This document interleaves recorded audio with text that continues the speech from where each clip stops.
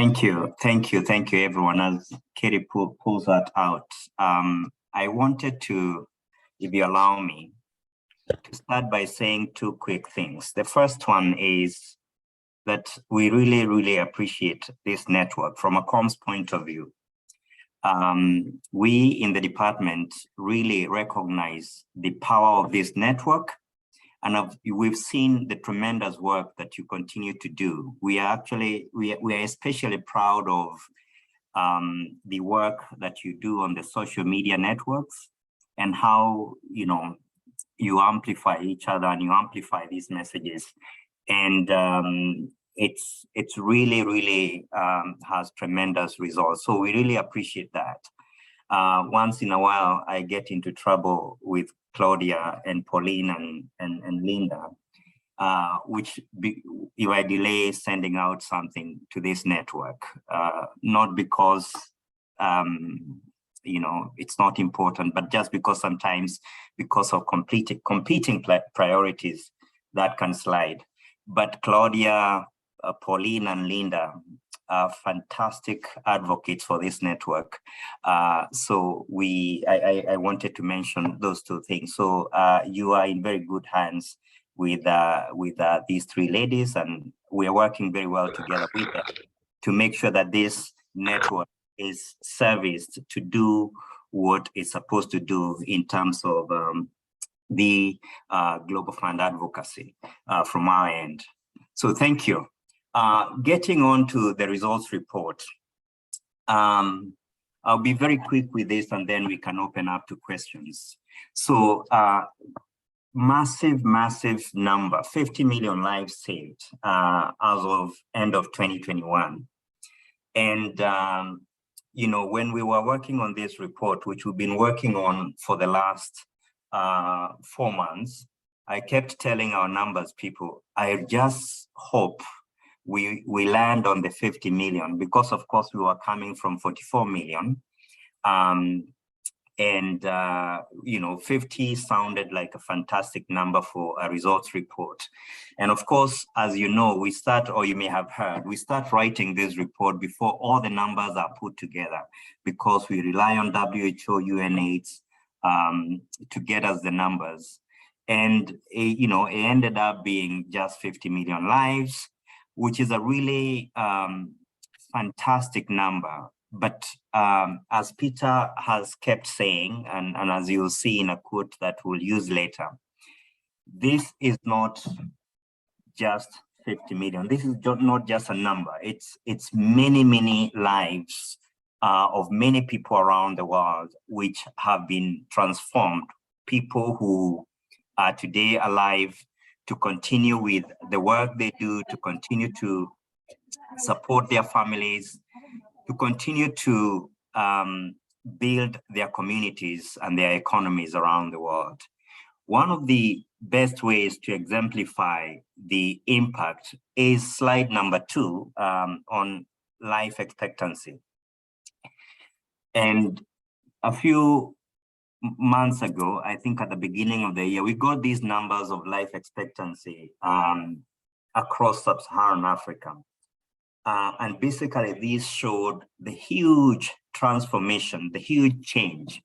In fact, I think in one of Peter's presentations, he used an example of Malawi, which had a gain of 19 years, in 19 years, starting from 2002 to about 2021, a gain of 19 years.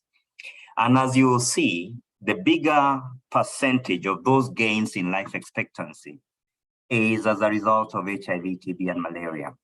So this is one of the big ways to show the kind of impact that the fight against HIV, TB, and malaria is having across the countries where we invest.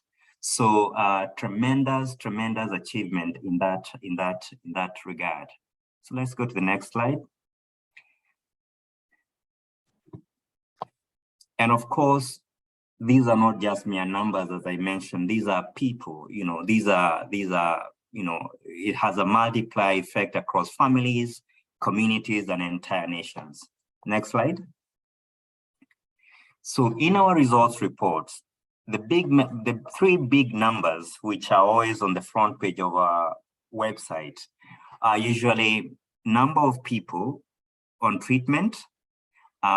It's the number of people treated for TB and the mosquito nets distributed. Those are the big three indicators. And that is how they look this year: 23.3 million people on ARVs as of end of 2021, 5.3 million people treated for TB, 133 million mosquito nets distributed in 2021.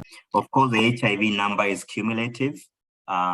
It's the number of people where we are in terms of increasing the number of people on ARV treatment. Next slide.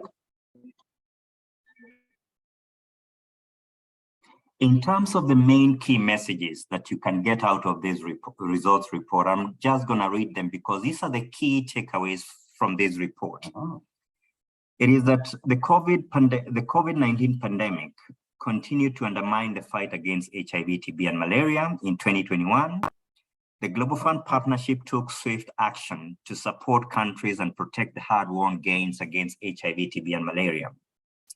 And of course, with the support of donors, we have awarded $4.4 billion to mitigate the impact of COVID on HIV, TB, and malaria, but also to save lives from COVID, from oxygen, medical oxygen, to PPE, to all those vital COVID-19 supplies that saved lives.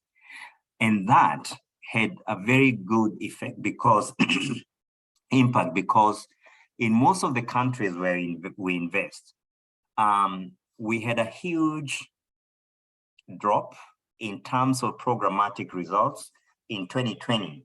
But what we saw in 2021 is that the recoveries have started to happen. We are on the upswing, and we have, especially for malaria and for HIV and malaria, we have reached and exceeded the pre-pandemic levels. For TB, we are still on our way up, still not where we were in 2019, but by and large on our way up. But what also comes out is that there are other gathering clouds, so to speak. Climate change, the conflict or wars in Ukraine and other places, new epidemics, of course. We think about monkeypox and other possibilities of new pandemics. And we cannot rest. We know that we have our job cut. It's exactly why we have a replenishment in the next week. There's going to be a need for us to keep pushing hard to accelerate the progress we are making in the fight against these diseases. Very quickly, in terms of HIV, if I were to look at the numbers, next slide, the main big numbers there is 23.3 million lives. 23.3 million people on ARV treatment. You will see the 69%, that is viral suppression, which of course tells you there's still a lot of work to be done. The targets for 2020 were 90% of people on ARVs to be virally suppressed. We are only at 69, so a lot of work still needs to be done. Another number I want to highlight here is HIV prevention services. Number of people reached with HIV prevention services, 12.5 million. Why that number is very important is that there was a big drop in 2020 because of COVID, but now we've been able to recover that and we are doing much, much better. Next slide. I will come to this in a minute, but I wanted to go to the next one. That's one of the shuffling I had done with the recent slides, but let's go to the next slide. And the next one. Good. So if you look at this, this slide was very popular in 2020 because it showed the drop in terms of HIV tests taken, one of the key indicators in the fight against HIV. And if you look at those 3 years, 2019, 2020, 2021, what we saw in 2020 is that huge drop. But again, if you look at 2021, in that terms of that slide, it's showing that we are really recovering. Of course, if you look at it from particular countries, you'll see that, you know, a number of countries are still behind. But by and large, at the portfolio level, we've been able to recover that drop that we had in 2020. Next slide. But the big picture is, if you look back at the trends, it's the massive impact we've had over the last 20 years. If you look at the trends in AIDS-related deaths, if there had not been Global Fund, if the Global Fund had not been there, there would have been, you know, you're showing basically across, in those 20 years, in terms of AIDS-related deaths, there is a 70% decline since 2002. If there had not been, the Global Fund had not been there, that would have been a 240% rise in terms of deaths. And the same case with HIV infections, there has been a 54% drop, but this would have risen by 158%. So that's the massive impact that we've been able to achieve over the last 20 years. Let's please go back to that slide we had that we jumped. And it's a slide about challenges because it's important, that one. It's important to mention that there are still quite a few challenges, which is exactly why we have the replenishment.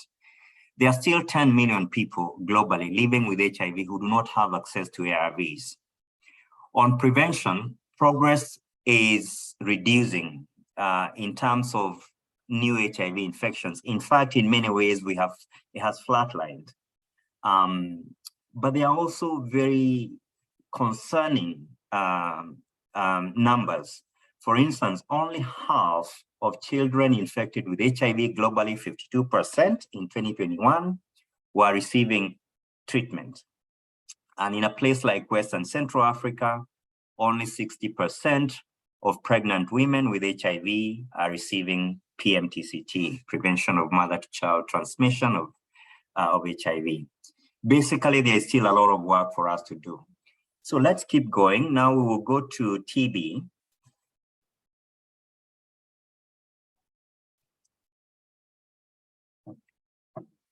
Yeah, so for TB, it's of course the disease that is always slightly behind the others. A lot of work to be done here. 5.3 million people treated for TB. And of the three diseases, this was hit the hardest by COVID.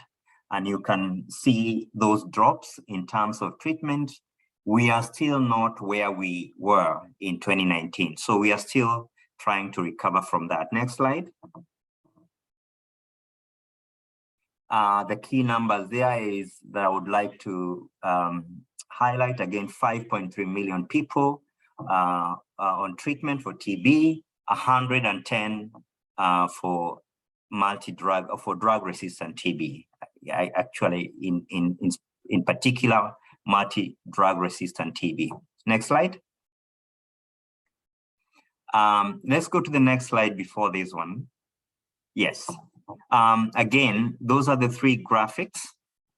Again, showing we are recovering. But again, for TB, of course, if you look at that slide, you'll see the drop in 2020. We are on our way up, but we are not where we need to be. We are actually, for TB, not where we were in 2019. If you go to the next slide, and this again, it's the number showing the trend. And you see TB, again, the impact is not as dramatic as HIV. We've had for death a drop of 21%, If we had not been there, it would have risen by 121%, and the same trend for cases. Let's please go back to that slide on challenges. That's that one. So the challenges we have, what are the challenges? The big ones, if I could highlight just two, of course, TB remains the second biggest killer after COVID. And I bet in 2022, it will be again the #1 killer. So very important, a lot of work to be done there. Drug-resistant TB is still a big problem. And again, the number of people dying from TB rose for the first time in a decade, that is in 2020. Results from, in 2020, again, because of the impact of COVID. So let's keep going. I know we don't have much time so that we can look at malaria.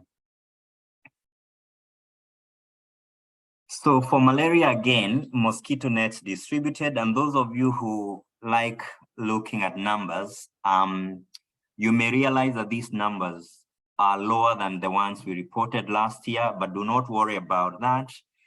The big thing to note about malaria is that the distribution of mosquito nets is in cycles, and sometimes this year will have a bigger cycle than the next one. So, but by and large, the targets we had for malaria, the number of mosquito nets we needed to be distributed in 2021, it was on our way up. We reached our targets. We managed to recover those drops, and again, we are on our way up. Next slide.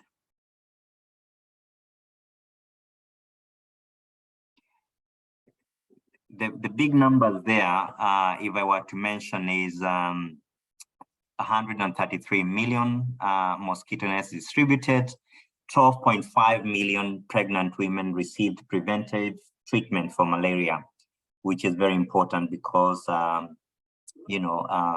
that is a very vulnerable group when it comes to malaria. Same for SMC.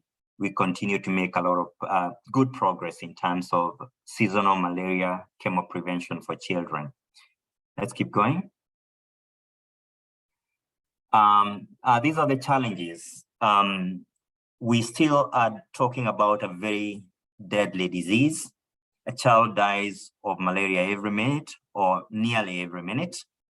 And the other one is resistance to drugs and to insecticides are growing in Africa, in many places across the world, but it's a big, big worry when this begins to be seen in Africa. So even more reason why we need to invest more to stem these issues that we are seeing on the continent, where malaria is still a huge, huge challenge. Let's go to the next slide. Again, those are the trends, but I actually want to highlight something about malaria. If you look at the trends in all the other diseases, in terms of cases, and this is very interesting, malaria is still at the level it was in 2002. The cases have not reduced. So that's the graphic on the left. But also we have, it would have gone up 70%, but basically it hasn't reduced for a number of reasons. One, because we've been talking about climate change and malaria is moving into new territories. But also, if you talk about growing population, of course, the population has grown a lot in those years. So the cases have not reduced. But if you look at deaths, which of course shows the impact we are making there, the deaths have reduced by 26%. And in absence of these interventions, they would have gone up by 84%. Let's keep going. Next slide. Again, that's a slide showing the recoveries in 2021 as compared to the other to the other years. Let's keep going. Again, very quickly, one of the RSSH investments, Resilient and Sustainable Systems for Health, is still a massive investment by the Global Fund. We basically are the largest multilateral provider of grants for strengthening systems for health. And with COVID, these investments went up quite significantly because part of the COVID investments, of course, went to investments in strengthening RSSH. And in 2021, 2023, we are investing $4.9 billion, at least 1.5 billion a year in formal and community systems through our core grants and through our COVID-19 investments. Let's keep going. And two quick, or at least one quick number to mention here. We still want to do better in terms of investing in community health workers. They really showed the difference that this investment make in 2021 and 2020 when COVID hit. We at least support 2 million community health workers in the areas where we invest. Next slide. Three quick messages in terms of RSSH. Just how investments in RSSH made a difference in the fight against COVID. These are investments we had made for the fight against HIV, TB, and malaria. They made a difference in the fight against COVID. They will continue to make a difference in case another pandemic happens. But also to mention that, we still need to continue to invest. There are many gaps in RSSH, and we need to continue to invest in those. Next slide. A key point I wanted to mention under RSSH, because that's where we consider our, we put our work on human rights. It's that important now, is the investments in Beyond Barriers. In this program we call Beyond Barriers, and basically this is not Beyond Barrier. It's the investment in breaking down barriers to treatment, especially for key populations and vulnerable groups. If you go to our results report, we have a section where we have dedicated a section on the progress we are making in this area in at least 20 countries, where we're investing in issues in programs to break down barriers to treatment, to prevention, especially for key and vulnerable populations. Next slide. So let's keep going. Yeah, and that's the one I was mentioning, and you can see more of that in the report. Take a look at that. Next slide. So this is how we invested our COVID money, and as we have said, those funds made a lot of difference. And if you go into the report, you'll see this graphic that divides the money, the investments into where the money went: diagnostics, therapeutics, PPE, oxygen. You can take a closer look at that. Next slide.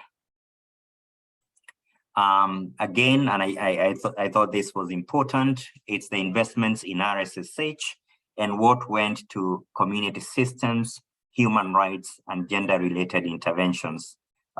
You can see that very clearly. $130 million US dollars went into that. Next slide. This is the last chapter, and basically it's to say, where do our investments go? We have a chapter called Investing for Impact. We have disbursed $55 billion US dollars since 2002 to more than 100 countries. That is the scale of the investment. Much of that money, of course, comes from public donors, but the private sector is also growing. But very, very critical is to mention that domestic finance plays a very critical role in complementing these investments. And of course, your role as advocates to advocate for increased domestic financing remains as crucial as ever. Next slide. And this is how those investments happen. 72% in Sub-Saharan Africa, and you can also see the other regions, 19% in Asia and Pacific. Next slide. And this is how our investments as the Global Fund Partnership look. Basically 30% of all international financing. Notice that is international financing. That does not include domestic financing. 76% for TB, 63% for malaria. Basically 30% of all international financing for HIV is by the Global Fund, 76% of all international financing for TB, and 63% of all international financing for malaria. Next slide. Actually, that's basically it. Thank you very much. I hope that was a bit clear, and I want to welcome questions that you may have. Thank you very much. Thank you, Ernest. It's a very comprehensive update from the results report. So much work that goes into that in terms of from the Secretariat. So we'll just invite people to raise their hands, to use the raise hand function if you do have any questions.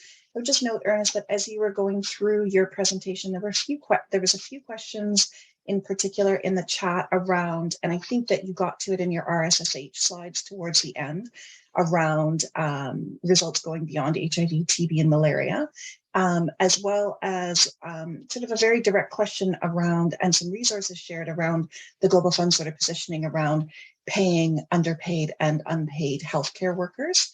So there's those questions. Lots of thank you for the excellent presentations and the report. And I'm not seeing any other questions right now, but I would like to give people an opportunity, if they do have any questions, to raise their hands. I see Naluka, so maybe we can take Naluka's question, then Ernest, come back to you. And I know there's a few other colleagues like Claudia who are online today. Thanks, Katie. Thanks, Katie. Thanks, Ernest, for the presentation. Great to see all the progress despite COVID. I just have one question on malaria. So in the 2021 report, we had 188 million mosquito nets that were distributed, and this time we see it's 133 million. Could you explain a bit on this, especially because like in all our campaigning, we've been putting those numbers.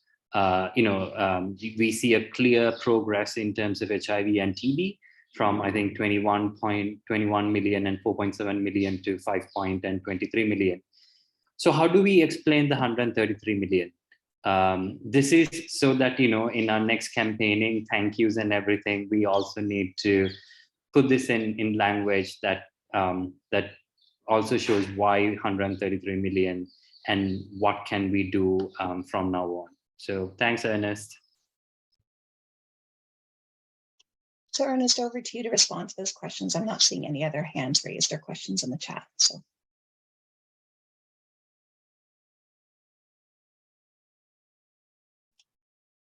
There you go. Thank you. Thank you, everyone. So let me start with the community health workers question. This is a big question for all of us in this partnership. Traditionally, as you know, community health workers have been doing what you would call volunteer work. Of course, with the Global Fund, with HIV, TB, and malaria, these groups of people, I talked about 2 million of them, have just grown, and they have done amazing work. Now, basically, and I know most of you know this, what happens in many of these countries is that these people get a stipend, really not payment. And there has been a lot of discussions. In fact, there has been a lot of even studies that have shown the difference that they can make if they are paid. From the Global Fund point of view, and this is something that we recognize, this is something that has been talked about. One of the challenges there is, of course, much of human rights for health, not human resources for health. Some of those programs, ideally, we have said in the past, should be, of course, supported by governments instead of course, the Global Fund arriving and taking over paying of personnel in countries. But I want to say that this is an ongoing discussion. There is a lot of thinking going on that this needs to change. I don't want to say that there's something tangible to it, but there's a huge recognition. There's a big recognition from our side that this needs to change, and payments. If you are to pay community health workers, they would be more motivated. They would do more. Every time I travel to the field and I meet the community health workers, you hear quite a few of them talk about this. We were in Tanzania with Peter last week, and this is the question we got from community health workers. Of course, they were posing it to the minister in Tanzania, the Minister of Health, and the minister herself said this is something they are looking at. So from a practical point of view, I don't think it will only come from the Global Fund. I think countries will need to step up, like what the minister said in Tanzania last week. But I think it's about time that this happens, if you ask me. But again, it's not about me. So anyway, on that one. Now, in terms of mosquito nets, and maybe I hinted at this at the beginning. Basically, to explain what happens with mosquito nets is that mosquito nets are distributed in cycles. As you know very well, the mosquito nets will take a number of years. Once you get one, you can use it. The active ingredient, the active drug on the mosquito net can take a number of years before it can be effective for a number of years. So basically, the mass campaigns take cognizance of that. So if, for instance, you distributed 10 million mosquito nets in country A in 2020, you do not need to replace those in 2021. You move on to other pockets that you may not have covered. And basically, the cycles for mosquito nets are different in different countries. So the numbers do not total up. And it's not a one-to-one. If you distributed 188, you're not necessarily expected to distribute 200,000 for you to show that you're making progress. The key thing is, are we covering the areas where we are needed? Our malaria team and our data team have numbers sort of that they have goals to achieve every year, areas that are not covered that they will need to cover. And those are going very well. We are meeting all those targets. And basically, the difference between 188 and 133, in a nutshell, is down to cycles. So next year, it might be 150. And it's not because we are going to outperform this year, just because in a particular country, we are required to be distributing those number of mosquito nets in 2022 to meet the cycles that are planned. I hope that is clear. I don't know whether I explained that clearly. Thank you. I saw on the chart a question on Malawi. We actually have, and I could send this to you, Katie, later.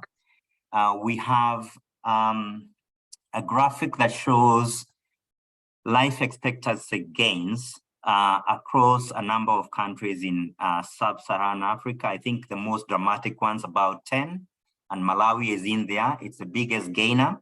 It is not the biggest gainer when it comes to HIV, TB, and malaria. It's the biggest gainer overall. and other different countries are faring on very well, actually. I think in Peter's presentation in New York, we are going to use the example of Tanzania, which is also doing very well. Thank you. Thank you, Ernest. And I think there's some more sort of comments there. And I know that Peter Owiti had his hand raised, but I've asked him if he can put his question into the chat, just because we do need to move on, because there is this thing happening next week in New York City that people would like to quickly chat about today. So Ernest, thank you so much for the excellent presentation. We will, as Claudia has said, share those slides. They will be sharing those slides so that we're able to share them out to all of you and get it up on our website with the recording from this call.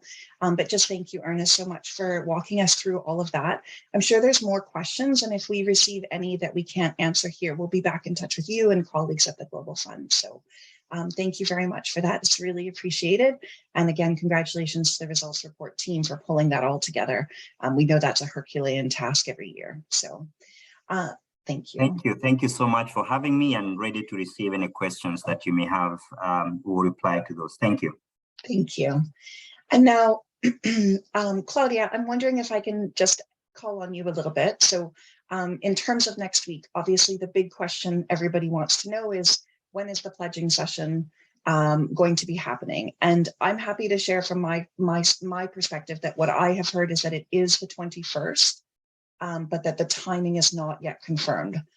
So Claudia, would you be able to jump in if there's anything else you can add to that, or just let us know what the parameters are right now, so that people can plan as best as they can with the continuing changes. Claudia? Sure, Katie, thank you. So essentially, the campaign event on the 18th remains as planned. So September 18th, 2:30 to 7:30, that is going ahead as planned. What has shifted, as Katie says, is the pledging conference, which instead of being on the 19th of September as originally planned, is now confirmed to be on the 21st of September. We don't have the timing tied in yet, but most likely it will be in the morning, so a sort of half-day session. When we know that, we'll be sending official confirmations out, but for now, we are waiting. Both the campaign event and the pledging session are really maxed out at the moment in terms of participation. So the advice that we have been giving to partners that had already booked flights to New York and had planned to leave earlier is not to extend your flights unless you already hold an invitation for the pledging conference. So we are also looking at making it available hybridly, but again, that we need to wait to be sure of. For the location of the conference, I'm just seeing Maria's question in the chat. We are also working on it. So as soon as we know, we will send you all a notice out. Thank you, Katie. Thanks, Claudia. So as you were saying, so the events on the 18th are more or less taking place as they are. And if you've received an invite, then you will continue to receive sort of the information as it becomes live, and I'm sure it will get there as soon as possible. And just the very best of luck to you guys. I know in our little world here in GFAN, it's caused enough chaos, and I can only imagine what it's causing for the Secretariat colleagues, quite frankly. And so just to give everybody a bit of an update in terms of where we're headed with this, is we are maintaining as GFAN the pre-meeting that we have planned on the 16th and 17th, and the information about that to attend virtually, because we no longer have any space to add additional participants in person in New York City, is available on our website. We'll pop the link in for you in the chat in a second. That is still going ahead as planned, and we are making virtual available, so please do join us if you are able to. If you've already registered, you've had some communication from us in terms of in-person attendance already in the last day or two. We were planning to host a pledging session viewing space, a viewing party, I hesitate to call it, but that's the best thing we've come up with on the 19th. We're still seeing if, once the timing is confirmed on the 21st, we're still seeing if that's possible for us to be able to do that, as we have, obviously also sort of lost deposits and struggling to find a space at this stage. So we will continue to update people. And if you're interested in getting updates on those, because perhaps you weren't going to be in New York on the 19th, but you will be on the 21st for other UNGA events, then please do go and register for that viewing session, so that if we are able to host that, we will have that information and get that out to you. So those are sort of our updates. And what I wanted to go around with was just to give everybody an opportunity here to share any sort of last minute updates. We've had a number of, in terms of pledges or in terms of sort of last mile efforts that are being undertaken over the next week. We've had a number of different conversations over the last few weeks, and to some extent, activities and advocacy are in a sort of stable holding pattern as we wait for the pledging conference, where most countries who have not yet pledged, or most donors who have not yet pledged, are planning to be doing so next week at the pledging session, hopefully, with the major exception, of course, of the UK. We saw earlier today over the GFAN listserv, there was a video that was shared by colleagues in the EU of Ukrainian colleagues putting up a great big flag, a Ukrainian flag with an ask towards von der Leyen and the EU around their Global Fund pledge. So we encourage people to amplify that. And I just wanted to open it up for folks to raise their hands and share any last minute efforts or last minute intelligence that they have around pledging that you would like colleagues to support you in. And I do see one hand raised. It's Yusuf. If you're coming in on this, please go ahead. If it is related to the results report from earlier, then I'd ask you to put it in the chat. But Yusuf, over to you if you have an update or a question related to replenishment next week. Okay, thank you, Katie. Sorry. My own question was really posed to the last speaker, our guest speaker who made the presentation. I'm not really sure if I'm allowed to talk, if it's around, or you are only taken from the updates. So if you're able to, Yusuf, could you put your question in the chat? Ernest is still, I believe, on the call, and we can make sure that we get an answer to you, even if we can't get it right now. It's just we needed to move on in terms of the agenda to cover some other things. So if you don't mind, Yusuf, if you could put your question in the chat, that would be great. Claudia, okay. And then Robin, thank you. Thanks, Katie. I just wanted to say also a few words about how, from the Secretariat, we are approaching the shift in dates for pledging. Because what Katie says in terms of the chaos is true, and we really appreciate everyone's flexibility in adjusting to the new dates. But at the same time, we're really seeing it as an opportunity, no? Because we know the struggle that it's been really to secure pledges. So any extra days that we have for our advocacy is valuable. For those that will be in New York, anything that you can do in terms of continuing to meet with missions, to continue all of the advocacy around social media and in capitals, it really can make a big difference. For the UK in particular, we anticipate that they most likely won't be able to pledge before the 21st. But again, that's an opportunity to see, okay, what number can we get to after? So that's really the tone that we're going for. The other point that I think is worth mentioning is that Peter Sands will be at the GFAN meeting, and he will also be able to provide an update on any progress that we'll have made in these next few days. Thanks, Katie, back to you. Thanks, Claudia. Robin, and then James and Faith. Robin, go ahead. Robin, wait. Yeah, just curious, I see Claudia answered my question about the private sector innovation event, but any details around what types of partners you're expecting there or have sent invites to would be helpful. And if there's any updates on the Friends of the Global Fund event as well, and who might be able to attend that would be great. Just pegging Chris or others from Friends organizations, if they could pop an answer in the chat around the Friends event, that would be helpful. Thanks, Robin. James, and then Faith. Thanks, Katie. And firstly, to apologise for the UK continuing to be such a challenge, even in the last mile of this campaign following the sad passing of the Queen. But as Claudia mentioned, we're not expecting a pledge from the UK next week currently. But yesterday we heard that Truss our Prime Minister is going to New York straight after the funeral And we have civil society advocates from the UK have a meeting with the FCDO tomorrow afternoon, where they'll give us a bit more of a steer on what we can expect from the UK on whether actually it's going to be a pledge this time or some sort of commitment. So we'll report back what I can put on that meeting tomorrow afternoon. And unfortunately, we have to suspend a lot of our activities this week because of the Queen's passing and us being in a period of national mourning in the UK. So we are looking to take forward some of these activities in a different way next week from Tuesday, in the few days we have before the pledging summit.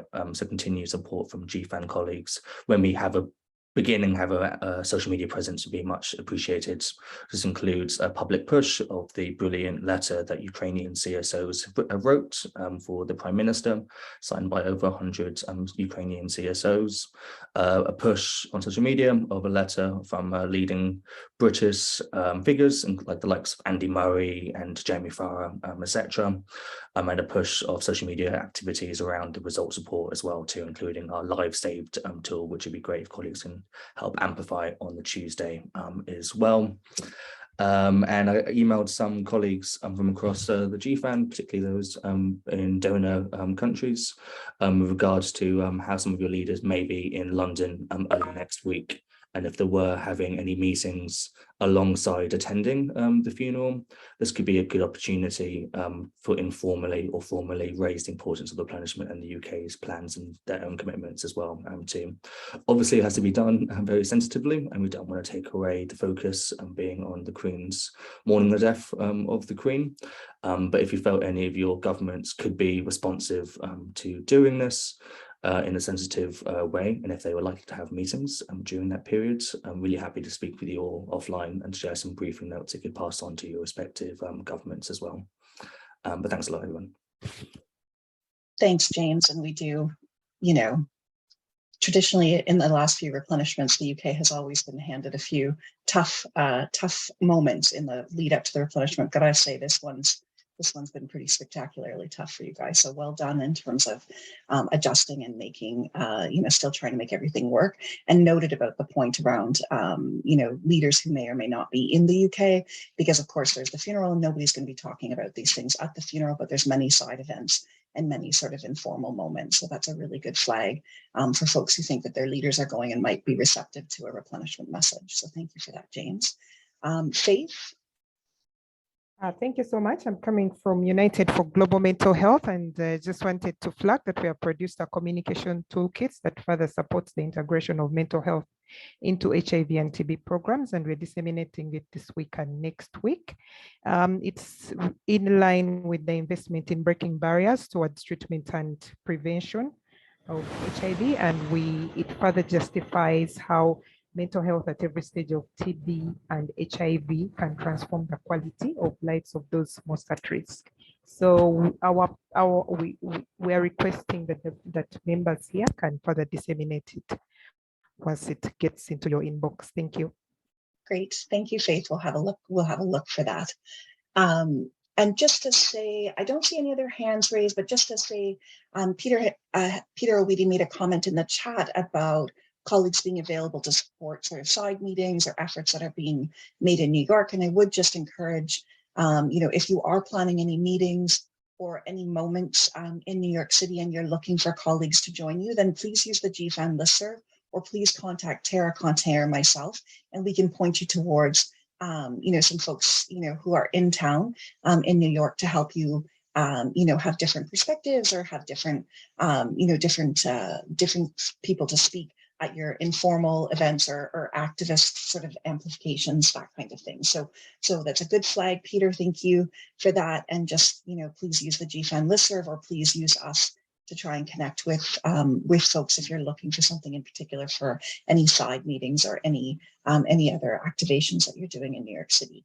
Chris Collins has popped in a registration link as well as confirmation about the timing of the event by the Friends groups on Sunday, the 18th, which looks to me like the same as it has been. But there's all of the details for you there.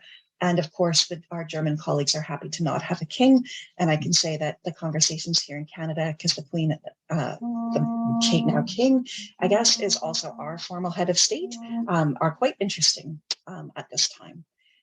So any other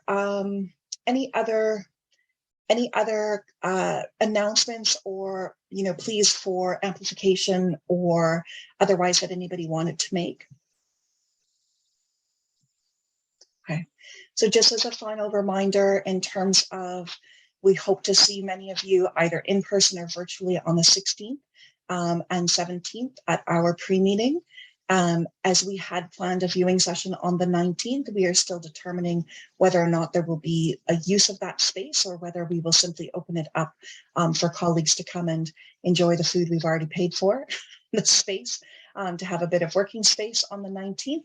And if we are able to pull anything together in that space and or on the 21st during the actual pledging session, we'll make sure to spread that information out as wide as possible so that you have it as soon as possible. And that's, I guess that's it. And it's going to be a busy week and 10 days ahead. We'll be using the listservs, we'll be using our social media accounts, we'll be looking for all of you to be amplifying each other's efforts. We hope to see many of you in New York City. We hope to also see many of you virtually participating in our event this weekend. And beyond that, I don't have anything else to say other than good luck to us all. We look forward to connecting over the next few weeks. We are hosting a debrief, what we're calling a bit of a hot take debrief the week after replenishment. And if that's not in your calendars, we'll make sure that we send out a reminder and calendar appointments soon so that you can join us for that. And Diane Stewart from the Secretariat will be joining us for that, as she won't yet quite be on probably some very well-deserved leave at that stage. So there is a question in the chat about updates around the private sector and endemic countries. And I would just point everyone to the GFAN pledge tracker that we have on our website, which is, if you toggle over the main menu, you'll find the GFAN pledge tracker. And we do have all of the pledges that have been made public. But Claudia, in the last 2 minutes, do you have any other updates that you would like to share on that? I've just put it quickly in the chat. So yes, the GFAN tracker, best place to look. Private sector, the latest where you've heard was the CIF announcement. So the Children's Investment Fund Foundation, 33 million, a 30% increase. So that was great news. And we expect that in New York, we're going to have pledges from a number of more private sector partners, for the most part, all 30% increases. So it's looking good from that perspective. Thank you. Okay, thank you. We will, as Claudia said, get more updates from Peter Sands on Saturday morning Eastern time during our meeting, and we'll just keep in touch with everyone. So thank you and have a good rest of your day, and good luck. 18 billion minimum or bust, I guess, at this stage. Thanks, everyone. Take very good care. Looking forward to seeing some of you and being in touch with all of you over the next few days. Good luck. Thank you. Thanks for your work, Katie and GFAN. Bye. Thank you. Bye. Bye-bye. Thank you, everyone. This is Michael. Thank you. Cheers. Bye-bye. Bye, Peter.